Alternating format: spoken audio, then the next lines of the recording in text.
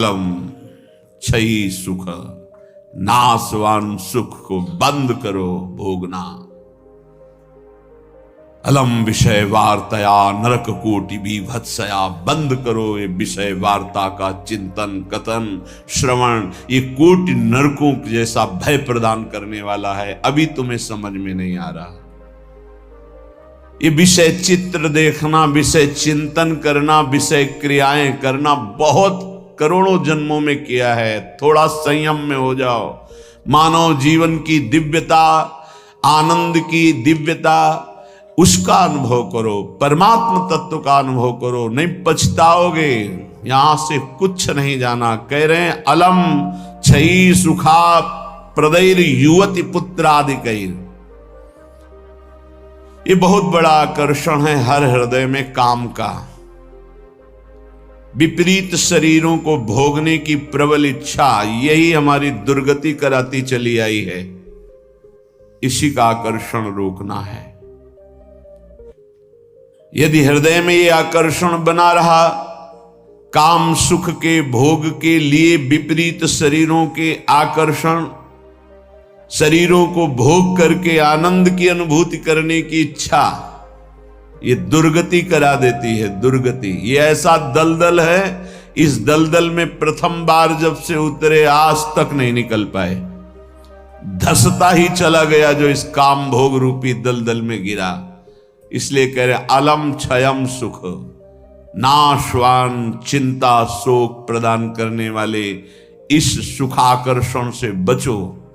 जो शरीराकर्षण, इससे बचो, नष्ट हो जाओगे। तुम्हारे जीवनी शक्ति एक सीमित है।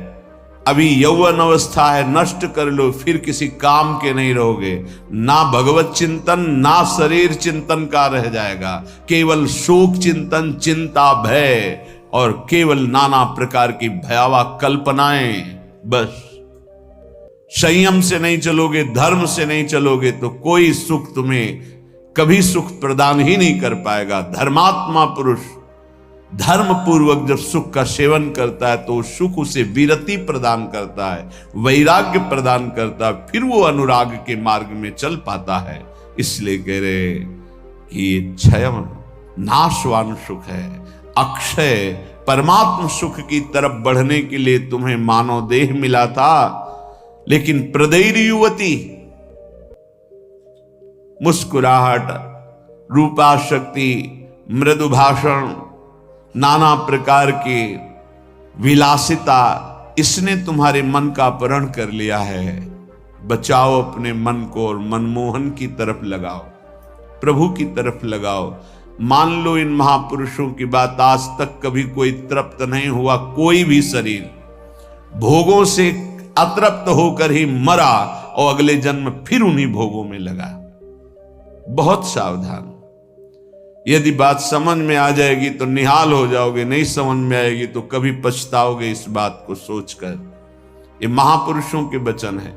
धर्म पूर्वक भजन करते हुए यदि भोगों का सेवन करोगे तो वैराग्य हो जाएगा और भगवान के चरणों में अनुराग के मार्ग में चल पड़ोगे, गृहस्थ हो या विरक्त।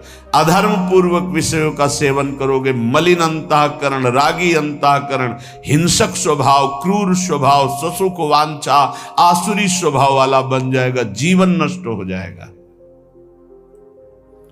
श्रीपाद कह रहे हैं वित्तादिकैर, धन के द्वारा भोगों को संग्रह करके भोगने की इच्छा, ये महान पापाचरण कराती है।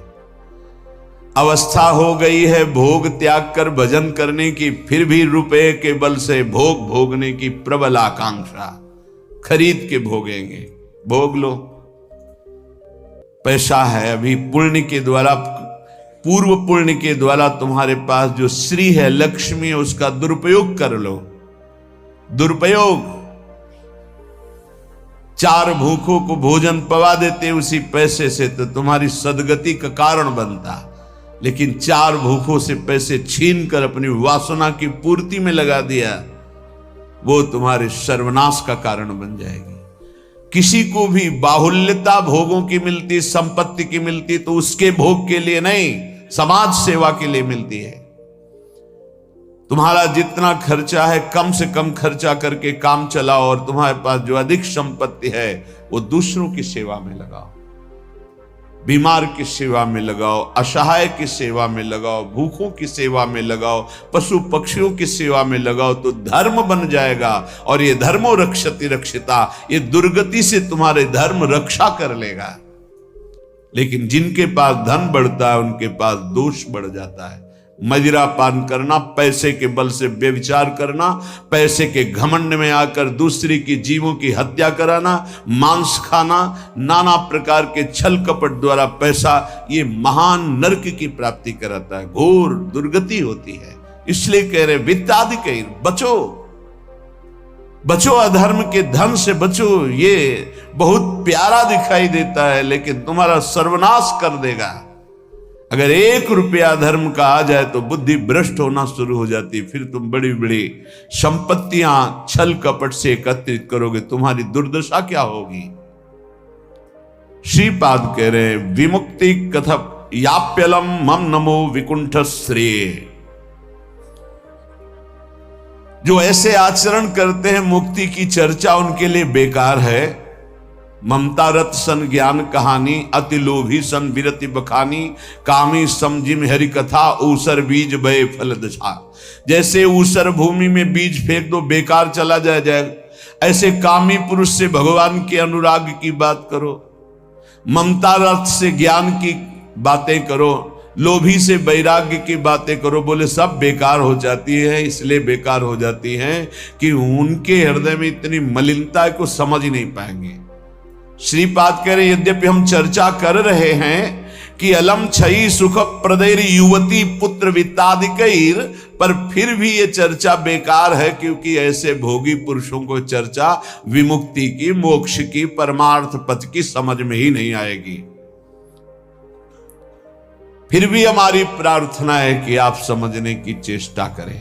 ये तुम्हारी संपत्ति, ऐश्वर्य, पुत्र, वित्त, स्त्री, परिवार, संबंधी, ये सब एक दिन तुम्हें छोड़ देंगे। तुम्हें अकेला यहां से जाना होगा।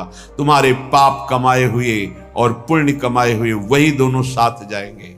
और यदि भजन कर लिया तो पाप पुण्य दोनों को विध्वंस करके वो भगवत प्राप्ति करा देंगे। शुभ अशुभ दुर्ग विध्वंस बल तब जयति जयति जग उच्चरे। जो श्री धाम वृंदावन के प्रेम का पिपासु हो, बैकुंठ के भी वैभव की तरफ आंख उठा के नहीं देखता। कथयाप्यलम मम नमो विकुंठ श्रेय, नमस्कार है वैकुंठ को, लेकिन मुझे उसके श्रेय, उसके वैभव से कोई मतलब नहीं। परम तु ही भवे भवे भवतु वार्षभाण्यथ, वृषभानु की पुत्री श्री लाडली जू किशोरी जू, परंतु मेरा मन श्री किशोरी जू के चरणारविंद में, जहां ब्रजेंद्र नंदन श्री लाल जो महाराज मुकुट झुकाए हुए हैं, रसघन मोहन मूर्तिम विचित्र केलि महोत्सवोल्लसितम, राधा चरण विलोडित रुचिर शिखंडम हरिम वंदे। मैं श्री किशोरी जू महारानी जू के चरणों की उपासना करता हूं, जिनके चरणों में ब्रजेंद्र नंदन मोर मुकुटधारी स्वयं लालजू महाराज सर झुकाए हुए हैं। वही वृंदावन मेरा जन्म जन्म की आकांक्षा है, वही मेरा सर्वस्व वृंदावन है, जहां मेरी प्यारी जू और प्यारे जू विराजमान हैं। मुझे नहीं चाहिए वैकुंठ न वैकुंठ का वैभव। अब भी समय है। उपासक यदि आर्त भाव से भगवान से प्रार्थना करे तो प्रार्थना से बहुत जल्दी परिवर्तन होता है। भगवान सत हैं, चिदानंद हैं, प्रेमानंद हैं, करुणामय हैं, और एक भगवान का नाम है भक्ता अनुग्रह कारिणो। जो उनसे प्रार्थना करता है उस पर अनुग्रह कर देते, लेकिन प्रार्थना वही सुनी जाती है जो आर्त भाव हृदय से होती है। सच्ची मानना, तुरंत परिवर्तन देखा गया है। ये हम अपने जीवन की सैकड़ों बार की बात कह रहे हैं। जब कभी ऐसा आया है और प्रार्थना हुई है, मिनट पूरा होना मुश्किल हुआ है और उस प्रार्थना का उत्तर तत्काल मिल गया है। एक बार तो बस प्रार्थना करके हटे कि वह तुरंत उत्तर आ गया। वो ऐसे से ऐसा, अच्छा अच्छा, तत्काल तत्काल। बस अंतर ये होता है कि हम हृदय से प्रार्थना नहीं कर पाते, हमारी प्रार्थना कपट जाल से युक्त होती, इसलिए प्रभु मोहि कपट छल छिद्र न भावा। सच्चिदानंद रूपाय भक्तानुग्रह कारिणो माया निर्मित विश्वाय महेशाय नमो नमः। हे नाथ, आप सच्चिदानंद में हैं, सच्चिद आनंद में। तात्पर्य, हम आपको कुछ दे सकें ऐसी सामर्थ्य नहीं। सच्चिदानंद को हे पार्थिव जो मायाकृत पदार्थ हैं, भोग सामग्री, ये भ्रम हटा दीजिए। हमने कई बार प्रार्थना किया है, ये केवल हमारे भावों को प्रकट करता है, इसलिए वस्तु सामग्री का महत्व है। अगर भाव नहीं है तो कोई वस्तु सामग्री का महत्व नहीं। आप 100 कुंतल सोना चढ़ा दो, हमारे प्रभु के लिए कुछ नहीं है। कई बार आपको बताया है, समुद्र को रत्नगर्भा, पृथ्वी को रत्नगर्भा कहा गया है। ऐसे ऐसे पहाड़ हैं जो 4-4 लाख योजन के सोने के हैं, और वो सब मायाकृत है। आप देवलोक को जाइए, वहां स्वर्णिम भवन बने हुए हैं देव गंधर्व अप्सराओं के। अमरावतीपुरी कैसी बनी हुई है, पढ़ करके महाभारत में देखिए कैसी देवराज इंद्र की सभा है, कैसी वरुण जी की सभा है, कैसी लोकपाल अग्नि की, वायुदेव की, होश उड़ जाएंगे। और ये सब मायाकृत है। ऐसे प्रभु को हम क्या दे सकते हैं? और ऐसे प्रभु को जब रोते हुए भाव से किसी ने पत्र अर्पित किया तो बिक गए एक पत्र में। पत्रम पुष्पम फलम तोयम। हे सच्चिदानंद प्रभु, आपके एक संकल्प से संपूर्ण सृष्टि प्रकट हुई है। ये प्रार्थना, मैं नीच आपको क्या दे सकता हूं नाथ? मेरे पास तो जो कुछ है वो सब आपका दिया हुआ है। शब्दों को देखिएगा, हे नाथ, मेरे पास जो कुछ है वो तो आपका दिया हुआ है। आपके एक संकल्प से संपूर्ण सृष्टि हुई है। नाथ, मैं आपको क्या दे सकता हूं प्रसन्न करने के लिए? आप मुझ पे अपनी तरफ से, अपनी कृपा से प्रसन्न हो। जब मैं शरीर की तरफ देखता हूं तो रोगा हरन्ति सततम प्रबला शरीरम कामादयोप्यनुदिनम प्रदहन्ति चित्तम मृत्युश्च नृत्यति सदा कलयन् दिनानि तस्मात् त्वमद्य शरणं मम दीन बंधो। अब अगर हम विचार करें शरीर के लिए तो नाथ, शरीर में कोई न कोई परेशानी बनी रहती। रोगाहरन्ति सततम प्रबला शरीरम। ये प्रबल रोग शरीर को छीन कर रहे हैं। High blood pressure, low blood pressure, sugar, ये वो। हम क्या आपसे वादा करें कि हम ऐसी साधना करेंगे कि आप प्रसन्न हो जाएंगे? पहली बात, बाहरी वस्तुओं की। नाथ, आपने एक संकल्प में अनंत ब्रह्मांडों का सृजन किया। स्वामी, मेरे पास जो वस्तु आपकी दी हुई है, मैं किस वस्तु से आपको रिझा सकता हूं? नाथ, वो तो आपकी दी हुई है।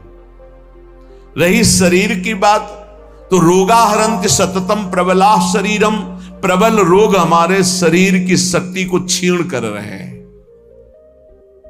अंदर आए सूक्ष्म शरीर, तो कामादयोप्यनुदिनम प्रदहन्ति चित्तम। ये काम, क्रोध, लोभ, मोह, मद, मत्सर इतना गंदा किए हैं अंदर की, हम कैसे आपको कहें कि हम अंदर से आपका ध्यान धर पाएंगे? कभी काम अपना प्रभाव दिखाता है, कभी क्रोध अपना प्रभाव, कभी लोभ, कभी मोह, कभी अहंकार, कभी ईर्ष्या। नाथ, बड़ा गंदा हृदय है। और पूरे जीवन की तरफ देखें, वादा करें कि आज संकल्प लेते हैं कि 5 वर्ष हम ऐसा करेंगे, तो 5 मिनट का भरोसा नहीं। मृत्युश्च नृत्यति सदा कलयन् दिनानि। नाच रही मृत्यु सिर पर, पता नहीं प्रभु कब हमारे शरीर का अंत हो जाए। इसलिए नाथ, मैं आज प्रार्थना करता हूं कि मेरे पास आपको प्रसन्न करने के लिए कुछ नहीं है। आपकी दी हुई भोग सामग्री और ये शरीर रोगों का घर, मन विकारों के द्वारा अपवित्र, और प्रभु पूरा जीवन मृत्यु के हवाले। किस समय मेरी मृत्यु हो जाए मुझे भरोसा नहीं, पता नहीं। नाथ तस्मात् त्वमद्य शरणम मम दीन बंधु। हे दीन बंधु, अब एक ही उपाय, मैं आपकी शरण में हूं। आप मुझे अपने चरणों की शरण में रख लीजिए। हे प्रभु, वे देहो विनश्यति सदा परिणामशीलस्, चित्तम च खिद्यति सदा विषयानुरागी, बुद्धि सदा ही रमते विषयेषु नान्तस्, तस्मात् त्वमद्य शरणम मम दीन बंधु। बहुत सुंदर। नाथ, ये शरीर का प्रतिपल परिवर्तन हो रहा है। कभी घुटने के बल था, फिर किशोर अवस्था आई, फिर जवानी आई, फिर धीरे धीरे ढल रहा है। ये नाशवान शरीर नाश की तरफ जा रहा है और प्रभु मन प्रतिपल भोगों में लगा हुआ है। हमारा चित्त प्रतिपल भोगों में लगा हुआ है। ईमानदारी की बात देख लो, ये खाऊंगा, ये पीऊंगा, ये देखूंगा, ये भोगूंगा, ये भोगा, अब ये भोगूंगा, ऐसी ही गणित चलती रहती है अंदर। और मेरी बुद्धि बस एक ही बात, इस विषय को भोगने में ये सुख है निश्चय करती है, विषयों में सुख है। मारा गया प्रभु, मारा गया। कुछ भी ऐसा नहीं है जिस पर मैं टिक सकूं। शरीर टिक नहीं रहा क्योंकि नाशवान प्रतिक्षण नाश की तरफ जा रहा। मन प्रतिक्षण भोगों का चिंतन कर रहा। बुद्धि यही निश्चय करा रही कि भोगों में, रुपया में, घर में, मकान में, स्त्री में, पुत्र में, शरीर में, इन्हीं में सुख है। नाथ, कभी मैं आत्मा राम नहीं बन सका, अर्थात अपने स्वरूप को नहीं जाना कि मैं कौन हूं। इसलिए दीन बंधु, अब आपकी शरण में हूं, बचा लीजिए मुझे। हे नाथ, मैं आपकी शरण में हूं। आयुर्विनश्यति यथा मघटस्तथोयम्, विद्युत प्रभेव चपलाबत यौवनश्री, वृद्धा प्रधावति यथा मृगराज पत्नी, तस्मात् त्वमद्य शरणम मम दीन बंधु।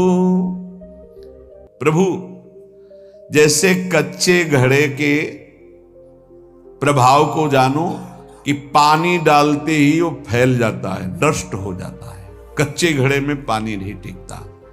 नाथ, इस तरह मेरा शरीर है, कच्चे घड़े की तरह, पता नहीं कब फूट जाए। जैसे पानी का बुलबुला बढ़िया दिखाई दे रहा है लेकिन किस क्षण फूट जाए उसका भरोसा नहीं, बिल्कुल ऐसे ही। विद्युत प्रभेव चपला बत यौवनश्री, ये जवानी, ये वैभव बिजली की तरह है। इसको भी देखा, बहुत चंद दिनों में नष्ट होते देखा। ये जो श्री अर्थात लक्ष्मी है, चपला है, इसे चंचला कहा गया है। ये किसी एक जेब में बराबर नहीं टिकेगी। वही रुपया लाखों लोग कह चुके हैं कि मेरा है और लाखों कहेंगे मेरा है, वो बदलता चला जाएगा, चपला है।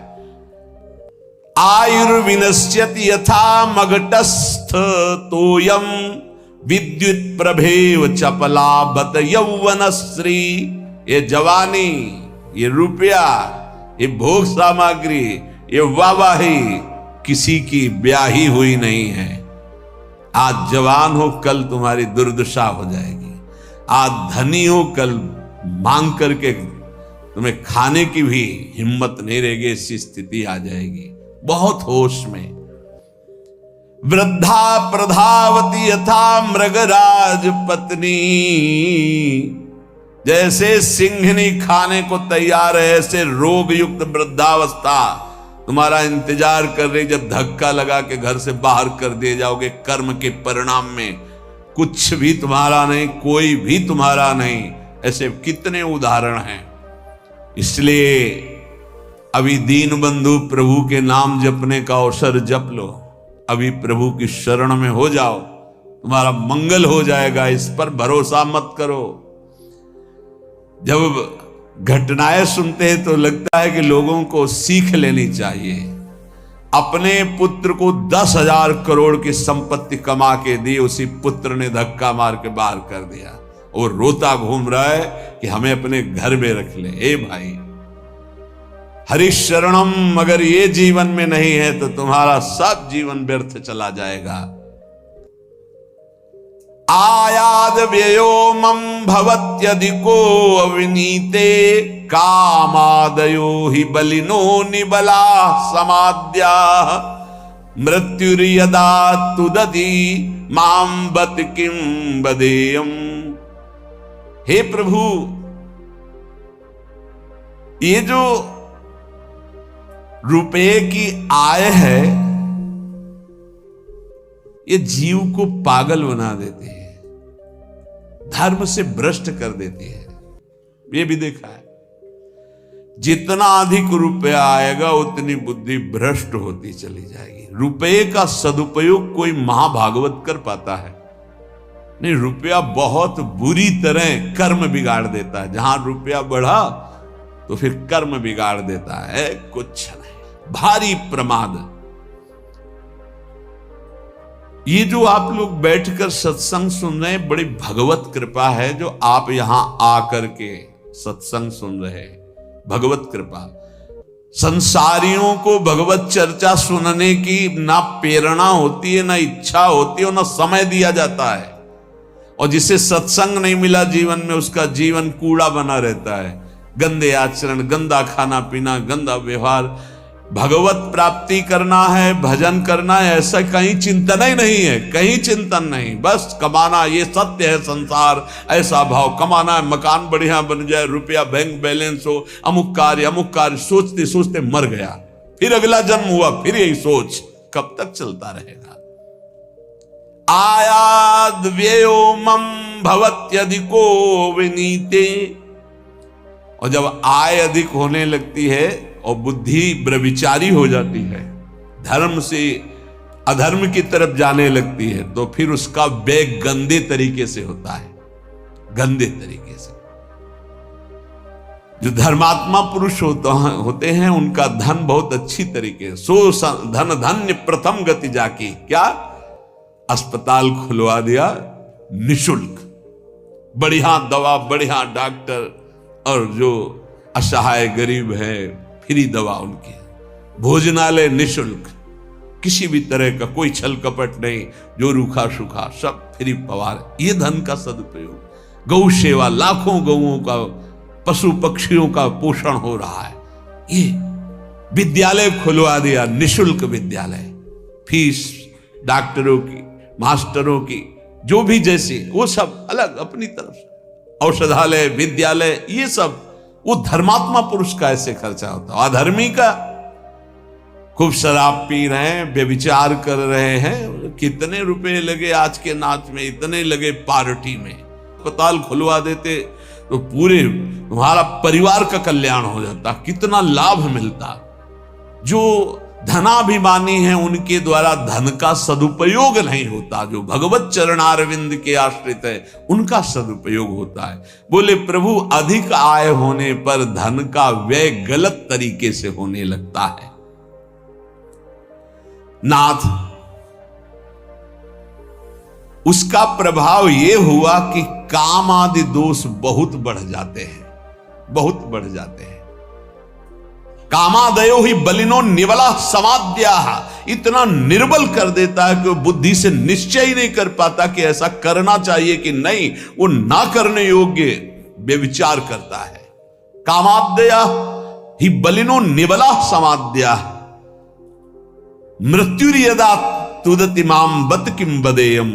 क्या कहूं प्रभु, इतना निर्बल कर दिया काम ने कि अब अपने को रोक नहीं पाता हो। अब तो मृत्यु का दंड मिलेगा और नरक की दुर्गति भोगनी पड़ेगी। नाथ, अब तो आप संभाल लीजिए, आपकी मैं शरण में हूं। एक ही उपाय है, तस्मात्। अब एक उपाय है, आपकी शरण में हूं दीन बंधु, आप स्वीकार कर लो। दीन बंधु, हे भगवान, तप्तं तपो नहि कदापि मयेह तन्वा वाण्या तथा नहि कदापि तपश्च तप्तम मिथ्या विभाषण परेण न मानसं हि तस्मात् त्वमद्य शरणं मम दीन बंधु। प्रभु कभी किसी तीर्थ में जाके कष्ट रूपी तपस्या नहीं की। करना चाहिए हर गृहस्थ को, विरक्त को भी। आप गृहस्थ हैं, वृंदावन धाम आए, एक दिन तो उपवास कीजिए, पानी पी के रहिए, चाहे जितने करोड़पति हों। अगर लाभ लेना है तो बात हमारी प्रार्थना मान लीजिए। एक दिन में मर नहीं जाओगे। एक दिन उपवास करो, 3-4 दिन के लिए वृंदावन आए हो तो 24 घंटे केवल पानी पी के रहो। नहीं, ऐसी स्थिति आएगी महीनों पानी नहीं जाएगा मुख में। बात मान लो, तुम्हारे कर्म भस्म हो जाएंगे जो अशुभ कर्म करते हो।